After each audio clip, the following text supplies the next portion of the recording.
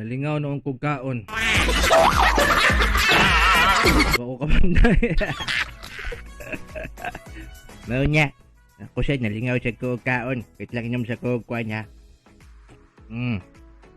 May kape eh. Ha? Kalabo plus Gold Herbal Maca, no? Kalabo Herbal Coffee. Original o Kalabo plus Gold Herbal Coffee with Maca. So, muna siya tuwang kape karon. Ano, sige, kung bakit sa tuwang pagpaminaw, duyog yapon sa paglanog-lanog. O sa uban na itong mga kabisyo may love, so sweet na ito diya karon nga nagpaminaw sa asang dapita, sa asang lugara. Nganyabot ato ang pagsibya karon mga tak na mayong pagpaniud to. Diya kaninyong urot. Lalabi niya, diya sa Maya, Line FM, Banyat, Kagwait, 88.3 Line FM, Banyat, Splasher, 90.3 Kasangga Radio FM, Panabo City, 99.9 DYRG FM Radio, Gindulman, Bohol, 88.9 Line FM, Tubigon, Bohol, 88.1 Line FM, Santo Tomas, Davao del Norte, 99.5 Gold Bayugan, 94.1 Big Radio, Bayugan, Real Radio San Franz, Radio Madrid, og 94.3 Tandag City.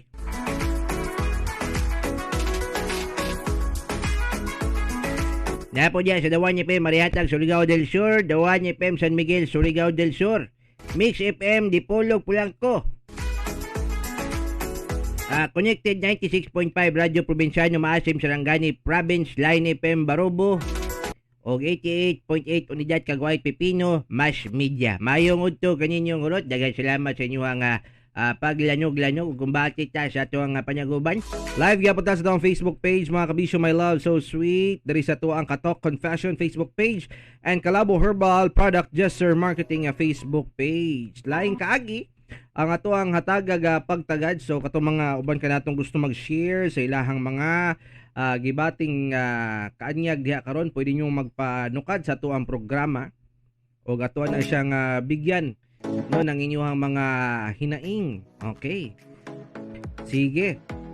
But before that, mga kabisyo my love so sweet, of course, no, katong mga human nagpaniud to diha, nakapaniyam-tiyam na sama ni Lulu Baba. Nindot kayo kung mga pikta, no? Okay, may na lang kada ato ang gipang kaon, mabanlas na siya. Diba? Pag init gani ato ang gipang inom, init ang ato ang tiyan, dali ra kay tang maka pagbawas. Oo, so mo nakanindot ana, matikdan niyo kada buntag sayo gani mga kabisyo, mga pisa mo na muunod. Una, diba mo gina inyuhang buhaton human og kape, uling ko din mo sa trono. Diba Lolo Baba, tama o tama na? No choice, tama na. O ganito, tama ka makiling, no? O kung adik kang mga pili ang kape nga healthy, bisan diabetic, pwede kayo. Kaya papatamis nini adunay stevia extract manggod. Rich in antioxidant, rich in fiber, so ang pagpabawas, sure nga daily, adlaw-adlaw, delay. Kalabo plus Gold Herbal Coffee with Maca, makabusog, makapaboost sa energy, makapa-uptick sa pinuti ni pare. Ginama sa Gesture Marketing. Available sa Paz Pharmacy, Alturas Mall, Generics Pharmacy, o sa tanyang butika sa inyong lugar. Kung bakit ni o kung sa pamayatong mga buhaton, di na maglangan, plaster niya sa itong panyaguban, anihan niya gyud ang programang Katok Confession, mga kabisyo my love so sweet. Manukad na pod kita sa atuang programa aniya, atuang hatagang pagtagad ning atuang story karong mga orasa. Kabahin ni siya Lolo Baba sa babaeng bigaon o lalaking bakakon. Pero gidawat para sa pamilya. Hello, I'm Megan. 25 years from Tagum City. Dili gwapa, dili pod batig naong.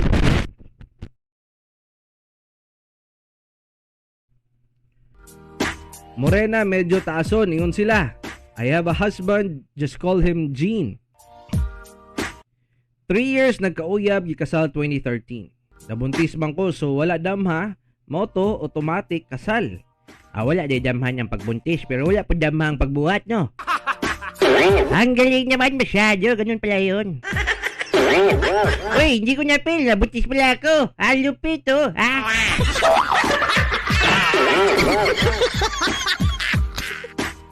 Automatic kasal dayon mi kay stick kay ang parents namo. Nagrent lang mi una og apartment kay wala pa man mi kapalit og balay. Mga besh, drawing pa man taon ang amo ang planong balay. Everything went well. Work siya, ako pod, nag-work pod. Nanganak ko by July. Happy kayo mi kay baby boy man ang amo ang anak. 2 months pa lamang nag-maternity leave na ko. Ako jud nag-hands-on ni baby. Sa 2 ka bulan na akong pagtambay sa apartment, nakaila na ko ang isa ka girl na atbang namo sa room.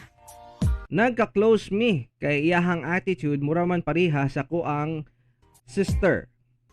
Sige siyag suroy sa mong kwarto maski naa pa nga ako ang bana kay malingaw man siya ni baby. Actually, minyo na siya at bang sa amo ang kwarto. Call her Joy. Months of December 2014, nangit si Joy nako na adto daw siya Davao. Kay naa siya'y tagbuo ng iyahang igagaw. Galing Manila. Pag abot ni Joy, kuyog na niya nga ako ang gagaw na si Ana. In short, Anaconda. Hoy, dako kanya siya nga hash. Ana si Ana kay 19 years old. Pution, blonde ang buhok, sexy, pinapuok mag-short. Well ako, dili makapuok og short kay dagkog bagtak. Oh, pwede kayo. January 2015. Hangyo si Mader na pwede ba daw si baby adto sa Carmen, masking 1 month lang. Sugot mi sa ako ang kapares.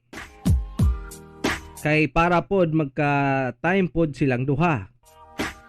Mao na ako lang naghatod ni baby kay naa daw work kinahanglan mag-OT. Mao nang gora lang pod ko. Tod nagka-time mi nagsigi mi og jugjug. Kay magtagay-tagay mi kuyog si Joy og Ana. Aw tagay di abi na kung unsa nga jugjug nilang pasabot ng lubaba. Yan abi po niya og unsa gani nyo.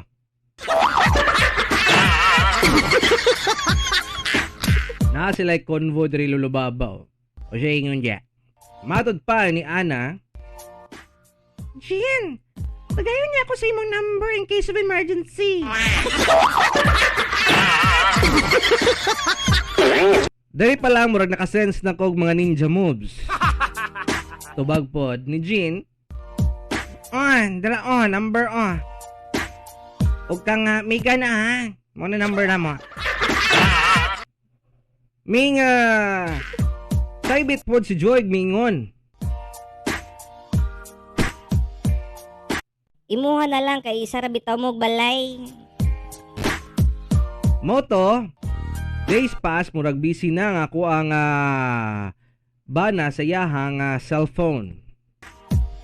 Nya ako kinsa yahang ka-text, tubag lang nag COC lang daw siya. Message ning mo pop up sa ako ang clan.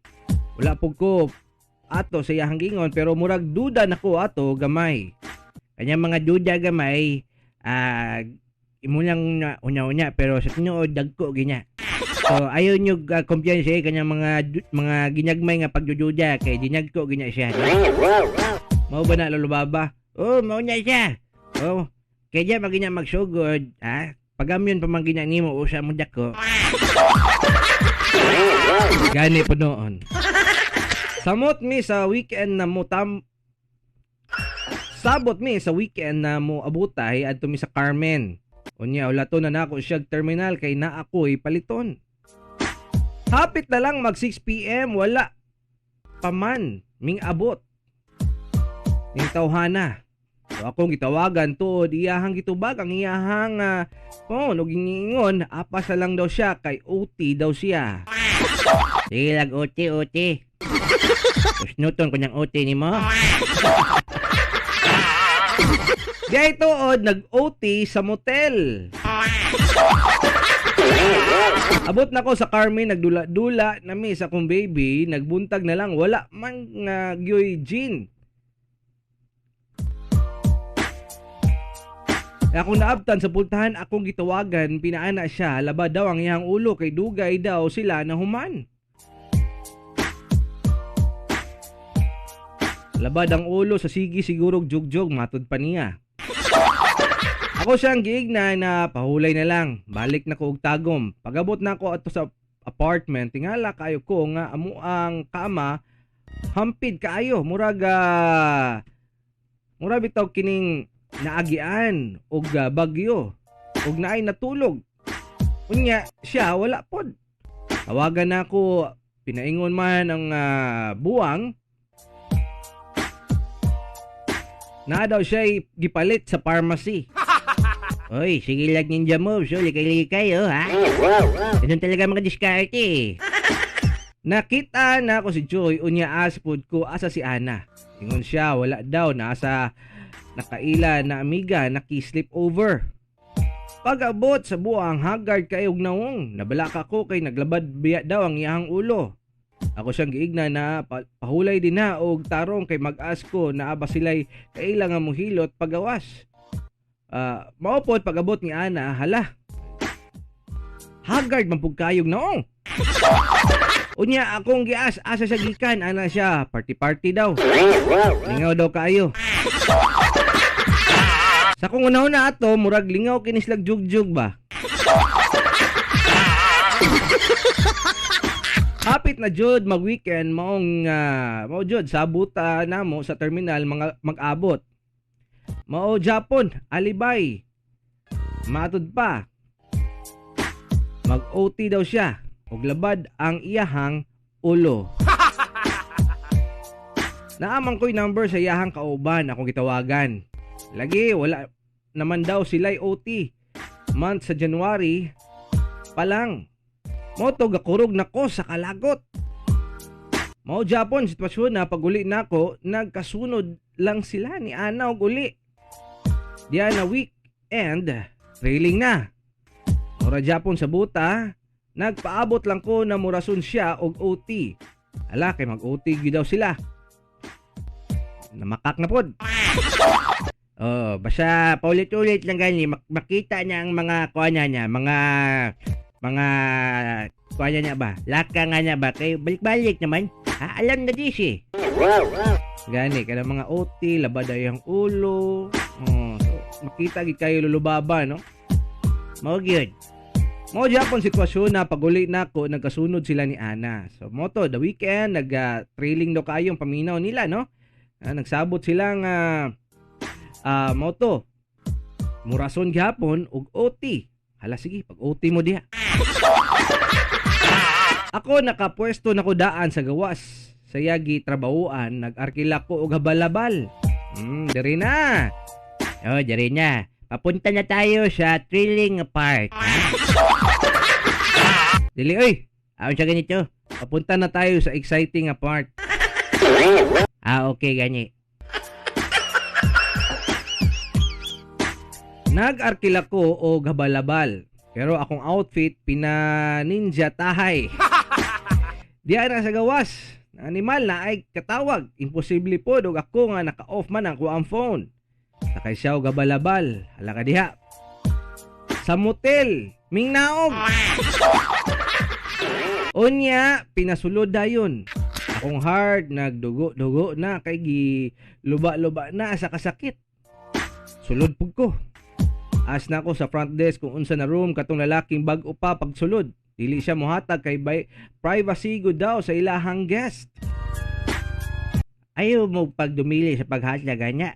Hinuod kung palisi niya ninyo sa inyo ang gitrabahoan, sikito ilang hatagi lang papel kay nindot kanya malingaw ka mo tanaon na nila, di ba? Sige gani. Pinalatahay na sila. Security lang dahil tagay papel sa room kuan ma'am, room 110.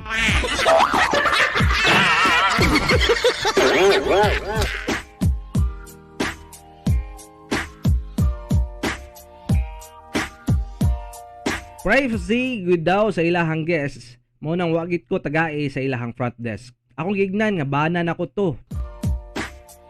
Akong gipakita nga mo ang picture sa phone. Anagi siya nga dili jud ay kay bawal daw. Ako kahang giignan nga magkuha na lang kog pulis. Tiaw gitudluan kog asa ang kwarto among giadto. Naminaw ko sa pultahan. Ako jung giduol ang big ears. Hala oy, lamian nilang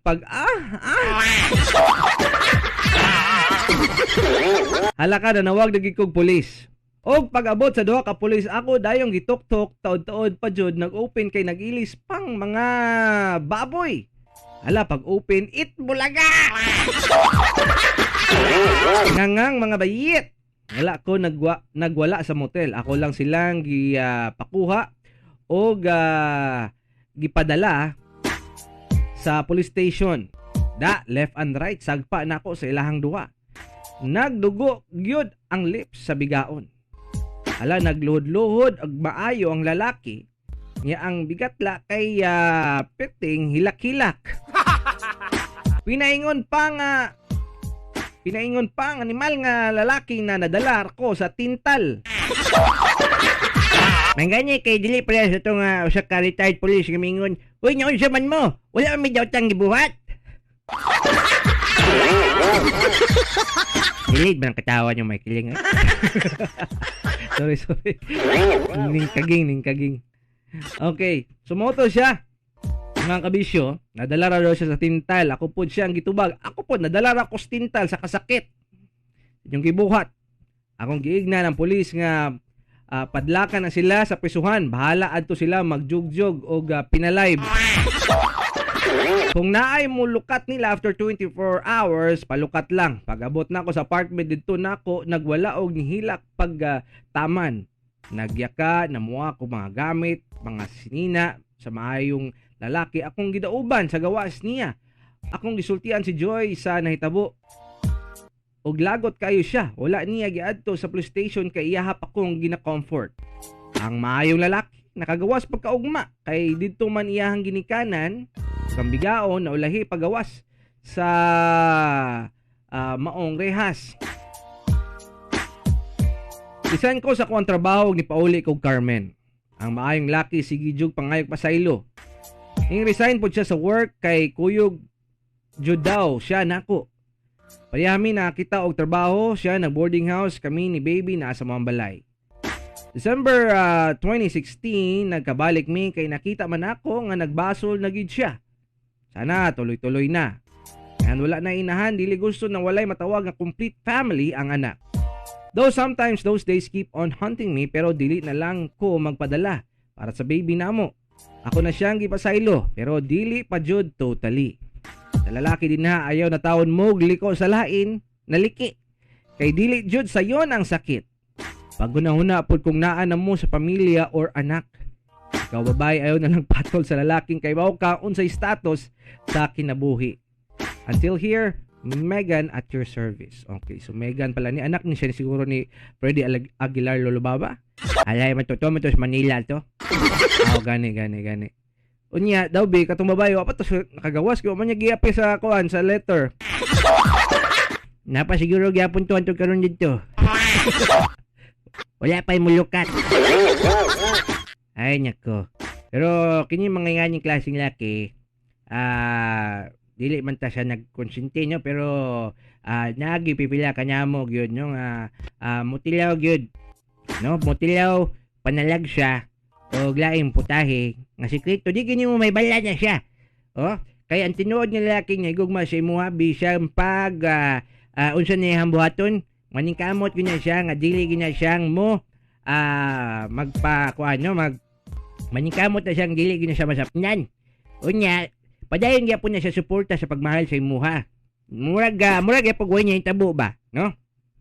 Nga niya magud mga kinaiyan nila. Tilaw lang, pero kung ganyang i-maintain na nimo, ha? I-maintain na nimo na mabayanan na sa diha, unya tapos hatagan nimo taas nga oras, panahon, no? Nya murag gyapon nimong rason, balain kay kabasado. Ha? Kung tilaw man gani, tilaw lang, di kay maintenance. Nya kay tungod di magituod malikayan lubaba kay usa magpuyo. Gani pud noon oy. Mo lang pud sab na siya pero ikaw na lang gyud mo layo kay ako pag makatliw magupog ko mubati man pud ko kasumol. Sige ra matagang nga niya Love man ako ko misis. Next time na lang po. Sige lang, kontak kayo lang ta, pon. Yan ito pala ta. Kung ano, kadadlaw na kita niya ba? Murag po na ito ang kuhan. Saan naman po yung rason na ito? Kuhan, kanang magpaibot kang ipon. Sige, paibot yung ngipon. Unya, sa sunod na pila ka mga adlaw, murag yapon, paibot yung ngipon. Nya, usa, mangutana na po siya nga, Labs, usaon niya ko ni pagkuhan na, pag rason, wala naman ko yung ngipon. Adi, kuhan na po, rason na po niyo, magpataod kang ipon. Kabuang, basta kapuyaan na Kapoy ka nang nga na magtago-tago, mag-atik-atik, toxic kay nasa kinabuhi kabisyo niya. Kung uwag lang imuhang ginapas sa kinabuhi, bala kay kastanan, no? Dapat ang imuhang ginapangagpas kay ang pag-asenso, ang makakita og income nga maghatag nimo og kalingkawasan, maghatag nimo og freedom ba. Kay kung uwag lang taon tuod, makabuhat yung ka na, no? Bisang pagwala kay jamo.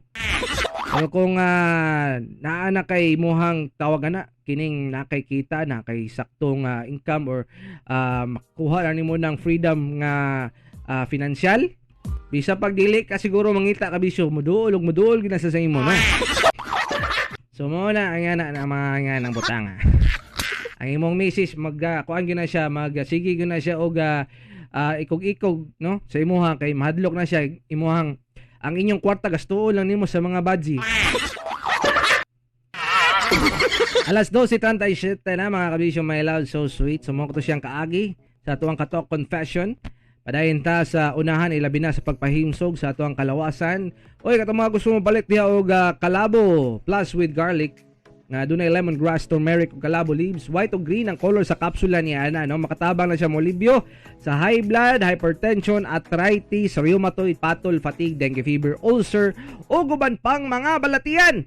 Ipare sa kalabo with mangosteen para optimos ang kombinasyon. Kalabo plus herbal products, ang pinakamaayo nga food supplement, ora mismo ang epekto. Duyog ta padayon sa tuwang panaguban. Diri gyapon sa tuwang programang Totok Pakatok sa Udto, alas 12:37 na. Kini si Mike Kiling.